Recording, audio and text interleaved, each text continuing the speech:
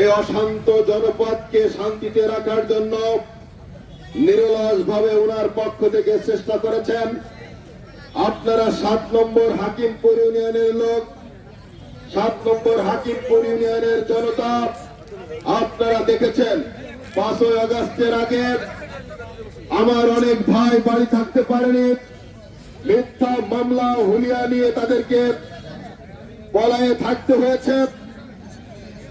আমরা রাজনৈতিক কর্মকাণ্ড করতে পারিনি, আমরা হাট বাজার করতে পারিনি। 5 তারিখের পরে শৈলকুপার মানুষ অনেকে মনে করেছিলেন শৈলকুপা অনেক কিছু হবে। একজন মানুষ যিনি বলেছেন অন্যরা যা করেছে আমরা যদি সেইটা করি তাহলে তাদের আর আমাদের কোনো পার্থক্য রইল না।